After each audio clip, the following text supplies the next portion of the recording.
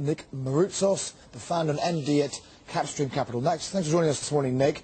Let's talk about the main point today. Is it really for fixed income wait and see until Friday evening for Asian time, and Ben Bernanke may be hinting towards, albeit ambiguously, quantitative easing round 3? I think so. I think the markets are going to be in a holding pattern for the rest of the week as we wait not only the Jackson Hole speech, but also a big piece of data coming out of the U.S., and that's U.S. GDP. Not to mention we have the European sovereign woes that are sort of hanging over everybody's head, but ultimately it's going to all boil down to what Ben Bernanke says. Mainly, we're not getting any sort of leadership out of Washington, so unfortunately it's all going to fall on Bernanke's shoulders, whether or not we get some sort of global coordinated action, which I think is probably unlikely, but even more so with higher probability, we will see another form of quantitative easing come through. Our view is that if this does come through, you will see markets react quite aggressively in the terms of risk assets performing well. But if we don't get any sort of quantitative easing or any sort of action from the Fed, we could be set for some dire moments in the markets. Nick, how much do you think we're looking at? 500 billion is one figure being touted today by one of the banks, or more? Look, I think the bigger the better, as far as I'm concerned, because we're at a point now where the alarm bells are sounding, so to speak. 6 months ago, we had an environment where U.S. economic data was relatively positive. The economy seemed on good footing. Data out of Asia was extremely positive, not only in Australia, but the rest of Asia. And the European sovereign woes were sort of a headline that would come through every once in a while. So now there needs to be put a stopgap into the market so that people can have some sort of confidence that the Fed officials as well as government officials are standing by their side to help them through this. You say the bigger the better, but actually for China and Asia, it isn't really the better, is it? Because it's all inflationary. It is inflationary. And I think, look, if you look at what's happening in Asia, the data is less positive. It's still very strong in many countries, although it is swinging back towards the center of the pendulum.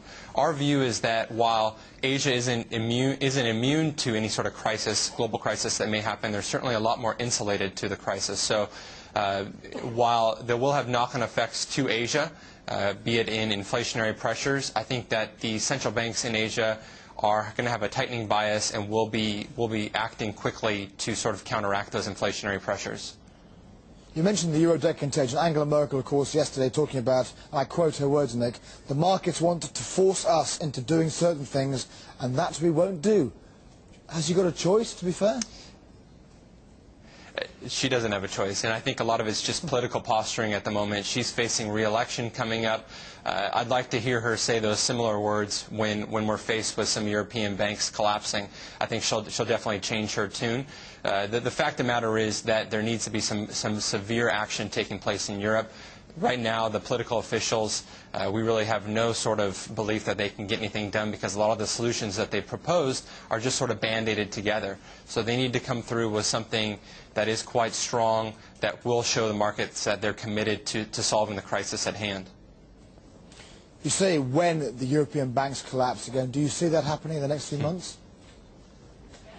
Look, I think that there are lots of rumors out there that some banks are in trouble, that they needed to extend some liquidity lines to them. Whether or not that's true or not, what we do know is that the sovereign countries like Italy, Portugal, Spain, Greece, they are in a lot of trouble. And we know that there's a lot of banks in the European area that have a lot of their debt on their books. So a default by any of these countries will mean negative repercussions for these banks. Whether or not that leads to default, I'm not quite sure, but it'll certainly put a lot of pressure on them, and it'll be reflected not only in their bond price, but their stock price, as well as the credit default swap market as well. Your vast experience, many years at PIMCO, now your own company, with the 10-year falling below 2% in the US, and also the fact the UK as well, falling to 2.24%, German Bund to 2.09%, all this, what is a fixed income expert? I mean, what do we see going forward now for the next 2 to 3 months for the fixed income markets? Where would you be looking to invest?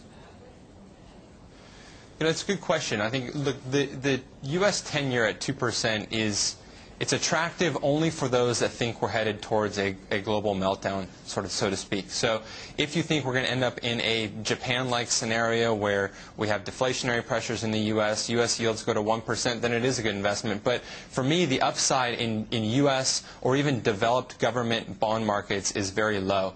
The downside is quite high, because if you do get a sell-off, then it's going to lead to negative returns. Our focus and our belief is that investors should put their money in countries where monetary and fiscal policy is quite strong, and that points to Asia.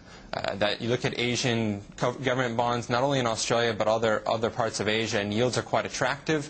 They're also quite high because central banks have room to cut. So our money would be put in those areas. In the non-government space, we do like the investment-grade corporate market. Again, in Asia is where our focus would be, and in the non-financial sector as well. Which is why you've moved from the US to Asia. Thanks a lot for that, Nick Maroutsos there, the founder and also MD of Kapstream Capital. Many thanks for your time.